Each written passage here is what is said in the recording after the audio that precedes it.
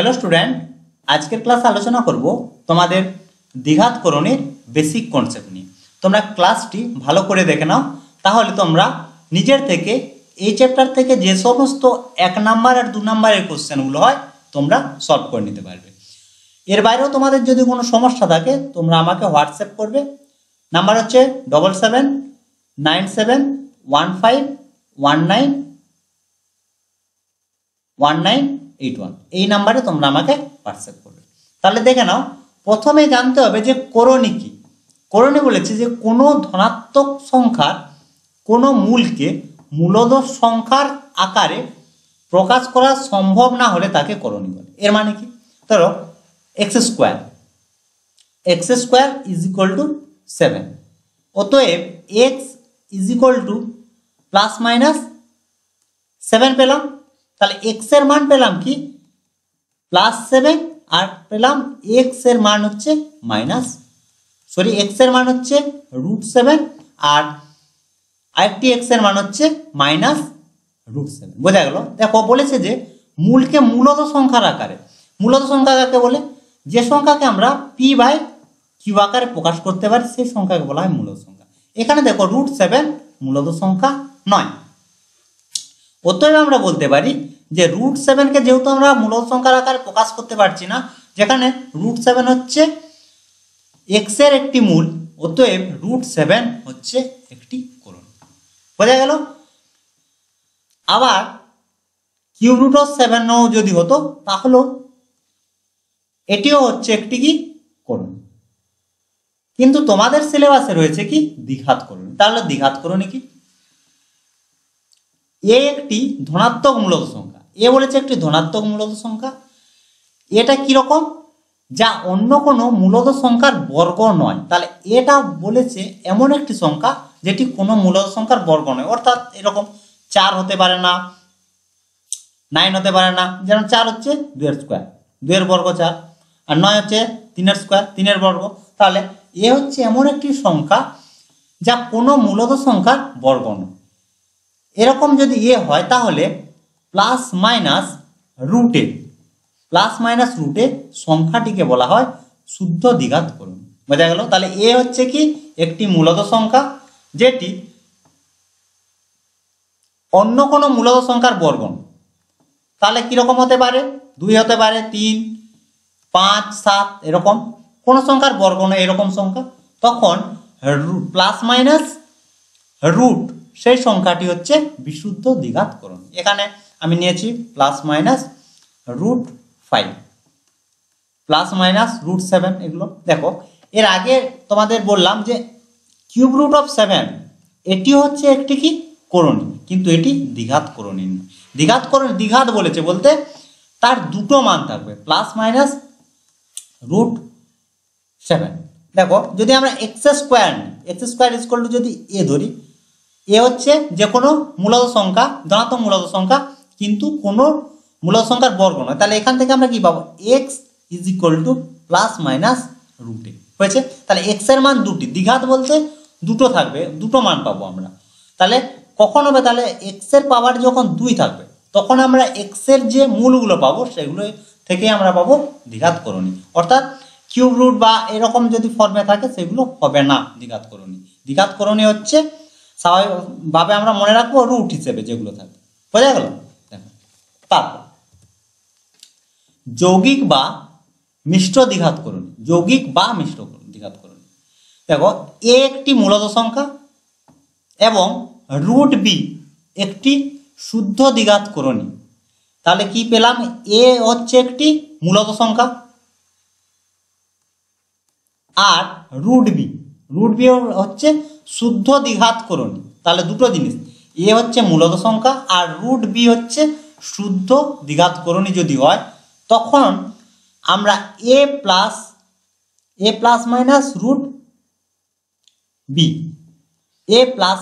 +-√b কে বলবো যে যৌগিক দ্বিঘাতকরণী বা মিশ্র দ্বিঘাতকরণী। তাহলে যৌগিক বা মিশ্র দ্বিঘাতকরণী কি বোঝা গেল? এ হচ্ছে যে কোনো মূলদ সংখ্যা আর √b হচ্ছে শুদ্ধ দ্বিঘাতকরণী।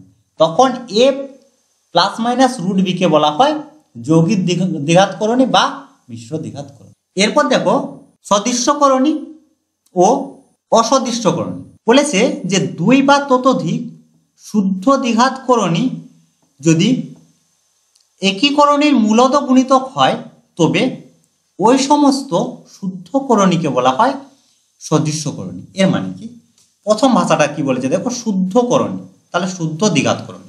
তাহলে আমরা শুদ্ধ দ্বিঘাতকরণী ধরলাম √a হয়েছে।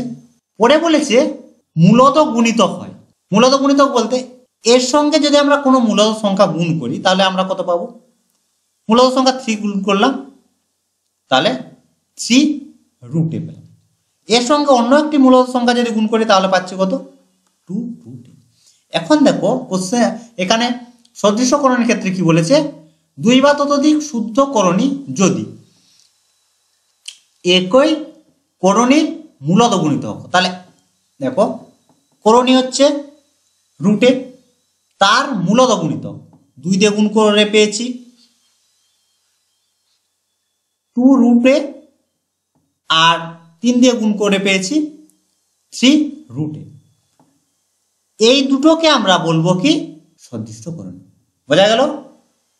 এই দুটো হচ্ছে সদৃশ্যকরণী। এখানে উদাহরণ আমি নিয়েছি, বুঝতে তোমাদের অসুবিধা হচ্ছে আশা করি। দেখো 8 আর নিয়েছি √8 আর হচ্ছে √32। স্যার তাহলে একই নেই তো, শুদ্ধকরণীগুলো তো একই নয়। তাহলে দেখো 8 কে যদি আমরা ভাঙি তাহলে কি পাচ্ছি, দেখো 4 গুণিত 2 সমান 4 থেকে বেরোচ্ছে 2, তাহলে 2√2।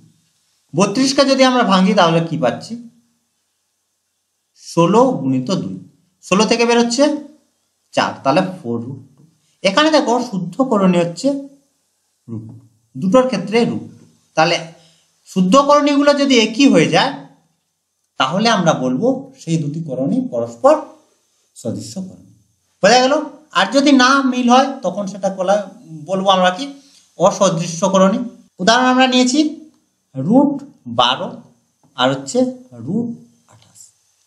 12কে যদি আমরা ভাঙি তাহলে কত পাবো, 4 গুণিত 3 হয়েছে। 28কে যদি আমরা ভাঙি তাহলে কত পাবো, 4 গুণিত 7 সমান, এখান থেকে বেরোচ্ছে কত, 4 থেকে 2 তাহলে 2√3, আর এখান থেকে বেরোচ্ছে 2√7। এখানে দেখো যে শুদ্ধকরণীগুলো রয়েছে, √12 এর ক্ষেত্রে শুদ্ধকরণী হচ্ছে √3, আর √28 এর ক্ষেত্রে শুদ্ধকরণী হচ্ছে √7। যেহেতু দুটো আলাদা অতএব এই দুটি হচ্ছে অসদৃশ্যকরণী। এরপর দেখো করণী নিরসন ও করণী নিরসক উৎপাদক কি। বলেছে যে কোনো করণীর সঙ্গে অথবা একাধিক করণীর যোগ ও বিয়োগ দ্বারা গঠিত অমূলদ সংখ্যার সঙ্গে কোনো উৎপাদক গুণ করে গুণফলটিকে করণী মুক্ত করা, অর্থাৎ একটি মূলদ সংখ্যা পাওয়ার প্রক্রিয়াকে বলা হয় করণী নিরসন। তাহলে কি পেলাম, ভালো করে আরেকবার লক্ষ্য করো। বলেছে যে কোনো করণীর সঙ্গে অথবা একাধিক করণীর যোগ ও বিয়োগ দ্বারা গঠিত অমূলদ সংখ্যা সঙ্গে কোনো উৎপাদক গুণ করে গুণফলটিকে করণীমুক্ত করা, অর্থাৎ একটি মূলদ সংখ্যা পাবার প্রক্রিয়াকে বলা হয় করণী নিরসন। আশা করি তোমরা বুঝতে পারোনি লেখাটাই কি সব বলেছে। দেখো তোমাদের সহজ করে বোঝাচ্ছি। এ একটি হচ্ছে মূলদ সংখ্যা প্লাস √b, এটি হচ্ছে কি একটি করণী, মিশ্র করণী, এক্ষুনি তোমাদের বললাম।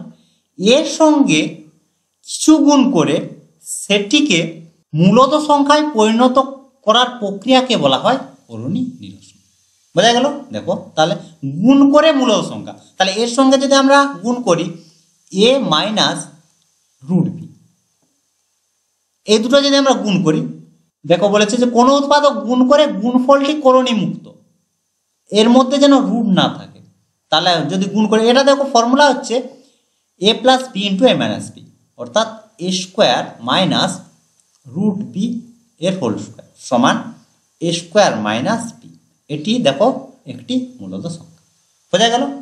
তাহলে বোঝা গেল করণী নিরসন। তাহলে করণী নিরসন কি? কোনো একটি উৎপাদক গুণ করে সেখান থেকে করণী মুক্ত করার প্রক্রিয়াকে বলা হয় করণী নিরসন। তাহলে করণী নিরসন করার পর কোনো অমূলদ সংখ্যা থাকবে না, তাহলে যেটি পাবো সেটি সবসময় হবে মূলদ সংখ্যা। হয়েছে? পরে বলেছে দেখো ওই উৎপাদকটিকে, তাহলে এটি ছিল আমাদের অমূলদ সংখ্যা বা করণী, এর সঙ্গে যেটি গুণ করা হচ্ছে সেটিকে বলা হচ্ছে করণী নিরসক উৎপাদক। তাহলে যেটি গুণ করা হচ্ছে সেটিকে বলা হচ্ছে করণী নিরসক উৎপাদক। আশা করি বোঝা গেল। এটি ছিল আমাদের একটি করণী বা অমূলদ সংখ্যা, তার সঙ্গে যেটি গুণ করে আমরা মূলদ সংখ্যা পেলাম সেটিকে বলা হচ্ছে করণী নিরসক উৎপাদক। বোঝা গেছে আশা করি। এরপর হচ্ছে অনুবন্ধী বা পূরক করণী।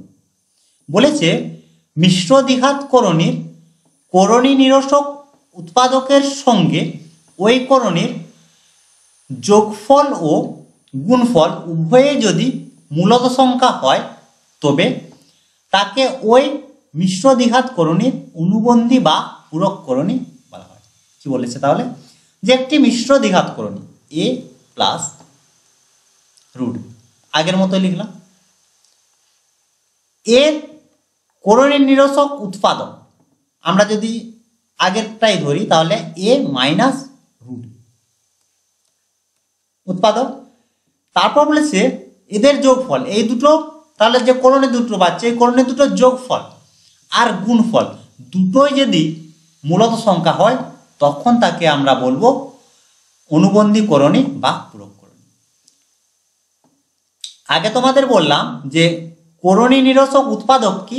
শুধুমাত্র গুণ থেকে যদি আমরা মূলদ সংখ্যা পাই তখন তাকে বলা হচ্ছে করণী নিরসক উৎপাদক। অনুবন্ধী বা পূরক করণী বলা হচ্ছে তখন যদি ওই করণী নিরসক উৎপাদকের যোগফল আর গুণফল মূলদ সংখ্যা হয় তখন সেই করণী নিরসক উৎপাদককে বলা হয় অনুবন্ধী বা পূরক করণী। দেখো এক্ষেত্রে আমরা যদি গুণ করি a প্লাস রুট বি সঙ্গে যদি আমরা গুণ করি a মাইনাস রুট বি, এক্ষুনি তোমাদের করলাম, তাহলে পাচ্ছি কি a স্কোয়ার মাইনাস মূলদ সংখ্যা। একই রকম ভাবে এই দুটো যদি যোগ করি তাহলে a plus root B plus a minus root B, দেখো রুট বি কাটছে সমান হচ্ছে 2, দুটোই হচ্ছে মূলদ সংখ্যা। তাহলে গুণ আর যোগ করলে যদি আমরা মূলদ সংখ্যা পাই তখন তাকে আমরা বলবো অনুবন্ধী বা পূরক করণী। এক্ষেত্রে উদাহরণ দেখো 7 প্লাস রুট 2, এর অনুবন্ধী করণী 7 মাইনাস রুট 2, কিন্তু -7 প্লাস রুট 2 এটি হচ্ছে অনুবন্ধী করণী নয়। কিভাবে চেক করব? দেখো এটা যদি আমরা যোগ করি তাহলে কত পাচ্ছি? 7 প্লাস 7 রুট 2 কেটে যাচ্ছে সমান হচ্ছে 14। যদি গুণ করি তাহলে পাচ্ছি 49 মাইনাস 2 সমান হচ্ছে 47। বোঝা গেল? কিন্তু এই দুটোর সঙ্গে যদি আমরা যোগ আর গুণ করি, যদি যোগ করি তাহলে দেখো রুট 2 এটি কি অমূলদ সংখ্যা বা শুদ্ধ করণী, তাহলে মূলদ সংখ্যা পেলাম না, তাহলে এটা অনুবন্ধী করণী না। দেখো বুঝবে কিভাবে? সাপোজ প্লাস এভাবে যদি থাকে আমাদের কনফিউশনটা আছে এখানে a প্লাস রুট বি, ফলে এর অনুবন্ধী করণে আমরা a মাইনাস রুট বি নিয়ে নিই, কোনো সমস্যা নেই। a প্লাস রুট বির অনুবন্ধী করণে a মাইনাস রুট বি, কিন্তু সমস্যাটা হয় তখন যদি থাকে এরকম রুট বি প্লাস a, তখন আমরা করে দিই এর অনুবন্ধী করণী রুট বি মাইনাস এ, এটি হচ্ছে তার অনুবন্ধী করণী নয়। কিন্তু রুট বি মাইনাস এ হচ্ছে রুট বি প্লাস এর হচ্ছে করণী নিরসক উৎপাদক। এই দুটোর গুণ করলে তোমরা দেখো মূলদ সংখ্যা পাবে, এখান থেকে পাচ্ছি বি মাইনাস স্কোয়ার মূলদ সংখ্যা। কিন্তু এই দুটো যদি তোমরা যোগ করো তাহলে পাওয়া যাবে 2 রুট এটি হচ্ছে একটি অমূলক সংখ্যা বা শুদ্ধ দ্বিঘাত করণী। বোঝা গেল? তাহলে আমাদের দেখতে হবে কি, যেই ফর্মে থাকুক না কেন, ধরো a plus root a plus B, প্রথম কাজ হবে মূলত সংখ্যা, তারপর শুদ্ধ করণী, এই আকারে প্রথমে আমরা প্রকাশ করে নেব। তারপর অনুবন্ধী করণী বা পূরক করণীর জন্য আমরা করণী, যে শুদ্ধ করণী রয়েছে তার সামনে যে সাইনটা থাকবে সেই সাইনটা চেঞ্জ করব। বোঝা গেল? তাহলে বি মাইনাস রুট এ হয়েছে। তাহলে প্রথম কাজ হচ্ছে আমাদের এ প্লাস রুট বি, অর্থাৎ প্রথমে মূলত সংখ্যা তারপর অমূলক সংখ্যা আকারে প্রকাশ করব। ধরো এরকম আছে √3 প্লাস 7, প্রথম কাজ হবে এটাকে এইভাবে লিখে নেওয়া 7 প্লাস √3 হয়েছে। তারপর শুদ্ধ করণীর সামনে যে সাইনটা থাকবে সেই সাইনটা আমরা চেঞ্জ করে দেবো। তাহলে 7 মাইনাস √3, এটি হচ্ছে 7 প্লাস √3 অনুবন্ধী করণী। আশা করি অনুবন্ধী করণী আর পূরক করণী বুঝতে তোমাদের কোনো সমস্যা হয়নি, কিন্তু এই কনফিউশনটা তোমরা দূর করে নেবে। প্রথমের কাজ হবে a প্লাস রুট বি আকারে, অর্থাৎ মূলত সংখ্যা প্লাস শুদ্ধ করণী আকারে প্রথমে প্রকাশ করবে। ঠিক আছে? এরপর দেখো দ্বিঘাত করণীর সরলতম আকার বলতে রুট যদি আমরা ধরি 75, এর সরলতম আকার কি হবে?